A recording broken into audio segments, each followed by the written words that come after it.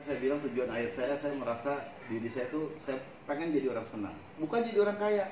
Orang kaya itu udah tidak ini ya Pak Tuh ya.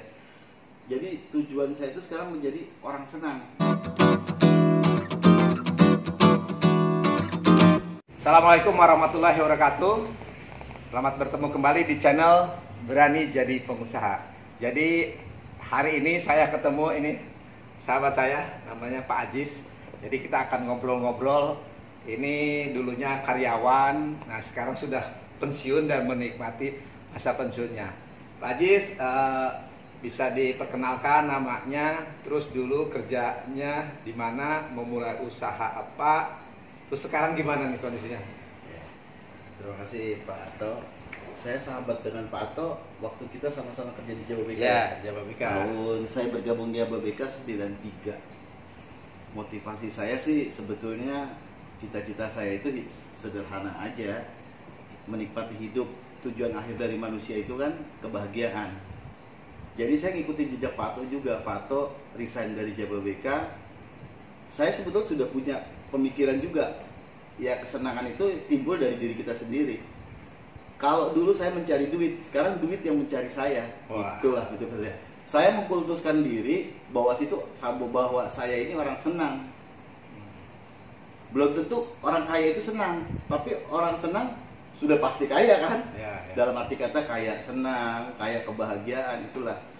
Jadi sekarang saya pensiun di usia 48, 10 tahun sebelum saya pensiun, saya sudah mempersiapkan diri untuk pensiun dini. Jadi saya berharap sih saya ikutin jejak Pak Ato juga. Sekarang usaha saya kurang lebih dari 50 item usaha itu sudah saya jalanin. Banyak sekali, tapi banyak juga yang collab semuanya. Itu seleksi alam Pak Ato, ya kan? Jadi sekarang saya sudah menikmati hidup. Penghasilan saya per bulan tuh bisa dikategorikan sekitar 300 sampai 500 juta. Dari mulai dagang. Awal saya dagang jamu, dagang beras. Nah, kalau sebelumnya gini, lu Pak Ajis waktu pertama kerja berapa sih gajinya? Nah, biar dapat gambaran orang-orang gitu kan. Gaji saya 125.000. Itu tahun berapa tuh? Tahun 93. Oh. Saya juru ketik. Nah, juru ketik 125.000. Iya. Nah, jadi biar dapat gambaran, kalau sekarang paling berapa ya? Mungkin 1.250 ya? Ya, sekitar gitulah. Paling besar UMR lah. UMR. Nah, jadi terus gimana tuh dengan uang segitu cukup buat kebutuhan sehari-hari? Tidak cukup.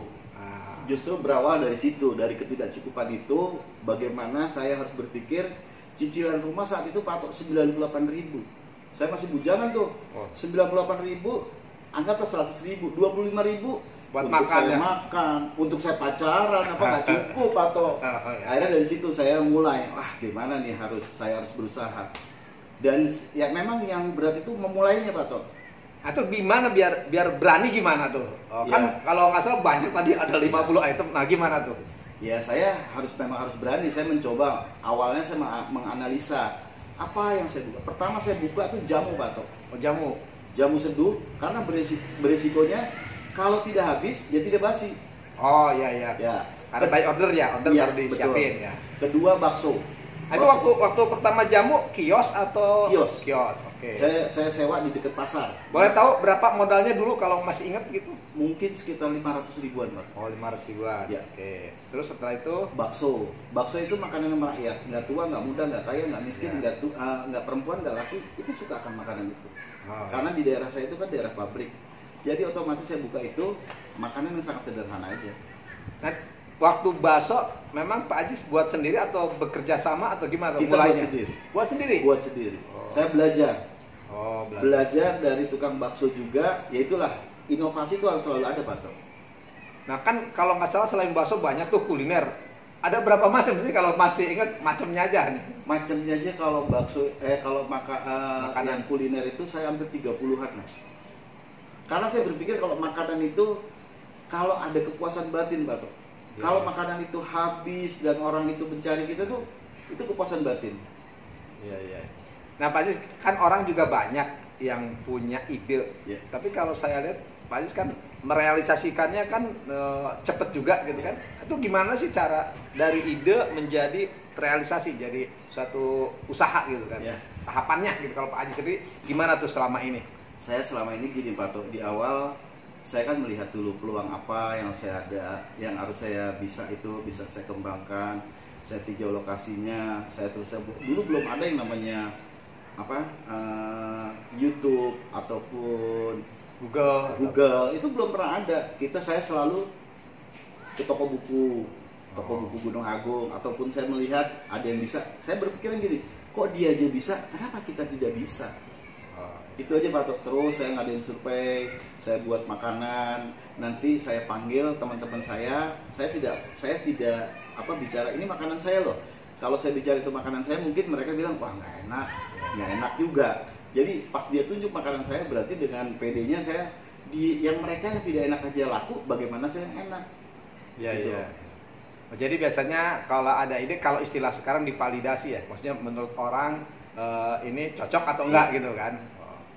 Nah dari beberapa usaha, menurut Pak Ajis mana sih yang akhirnya sesuai lah dengan jiwa Pak Ajis gitu kan? Seleksi alam ya. Seleksi alam akhirnya kan peluang-peluang diambil, tapi kan ada yang jalan, ada yang enggak. Nah menurut Pak Ajis mana sih di antara beberapa usaha yang akhirnya sekarang saya cocoknya di bisnis ini? Ya, kalau di kuliner tetap saya jalanin, di samping itu saya jasa itu saya ada buka bengkel mobil, terusnya kos-kosan. Yang saya berprinsipnya ada jangka pendek, jangka menengah, jangka panjang. Kalau yang jangka panjang itu ya semacam kayak jasa kos-kosan. Kalau jangka pendek itu ya rumah makan, itu saya buka semuanya. Sekarang setelah saya pensiun ini, karena kebahagiaan tujuan akhir saya berbuat sesuatu buat sahabat saya, buat tetangga saya, buat saudara saya. Itu hanya mindset saya seperti itu. Kalau tadi income bulanannya sebagian besar sekarang dari mana nih Pak Ajis? Dari kos-kosan. Kos-kosan saya ada di Jakarta, ada di Cikarang. Terus saya terakhir kalau ya jasa itu saya buka kolam renang, pemancingan, wisata anak, wisata edukasi. Kalau yang dari kuliner ada bakso, ada bakwan Malang, terusnya rumah makan, saung. Kalau jasa kalau salah ada notaris juga ya? Oh iya, saya bukan notaris juga karena background saya sebelum di Jababeka itu saya pembebasan tanah. Jadi dengan legalitas tanah, paling tidak di sini banyak perumahan, saya cari pangsanya di situ. Oke Pak Ajis, nah setelah mulai usaha terus sudah menikmati hasilnya, sekarang aktivitas Pak Ajis apa sih sehari-hari? Kan saya bilang tujuan akhir saya merasa diri saya tuh saya pengen jadi orang senang, bukan jadi orang kaya. Orang kaya itu udah tidak ini ya Pak Tok ya. Jadi tujuan saya itu sekarang menjadi orang senang. Nanti mungkin Pak Tok bisa lihat kegiatan saya sehari-hari. Saya hanya tidur di saung kecil. Nanti Pak Tok mungkin bisa lihat kegiatan saya dengan komunitas yang ada di perumahan saya. Saya buat. Nah itu saya berikan pada teman-teman saya yang ada yang sudah pensiun, ada yang masih menjalankan kerja Pak. Nah ini situasi sekarang kan banyak juga orang-orang yang kena PHK, orang kena tadi mungkin pensiun. Apa sih buat teman-teman yang saat ini mengalami tadi kehilangan pekerjaan? Saran dari Pak Ajis atau tipsnya apa tuh buat mereka? Monggo Pak Ajis. Ya, mungkin seperti Pak Ato ataupun saya yang tujuan akhir kita kebahagiaan, kita kalau bisa jangan jadi karyawan. Haruslah kita jadi pengusaha, jadi bos di perusahaan kita sendiri. Walaupun hanya dagang bakso, ya pasti karena itu dagang bakso modalnya kecil, perusahaan itu kecil ya, tapi kita bosnya. Di situ aja saya merasa kita harus berani bertindak. Karena prinsip saya Pak Tok ya. Kalau kita misalkan satu kehidupan sudah ditentukan umur kita 60. Kita udah 50 berarti 10 tahun itu kita udah mengalami masa stres tuh. Jadi kalau kita udah sama perusahaan 58 pensiun. Ngapain kita di usia 58 itu pensiun? Maaf, kalau kita sehat, kalau kita nggak sehat pakai tongkat yang kita udah dapat itu selama 57 tahun itu nggak bisa kita rasakan. Makanya saya setuju dengan Pak Tok. Saya di usia 48 saya pensiun, 10 tahun lagi kan. Saya fight. Apapun yang terjadi saya harus hadapin. Karena di usia 58 itu saya harus pensiun. Ngapain saya menunggu di 10 tahun itu dalam keadaan stres saya. Makanya saya harus berani bertindak, berbuat sesuatu ya buat diri saya juga, yaitu saya dengan berusaha di kuliner dan di jasa. Oke.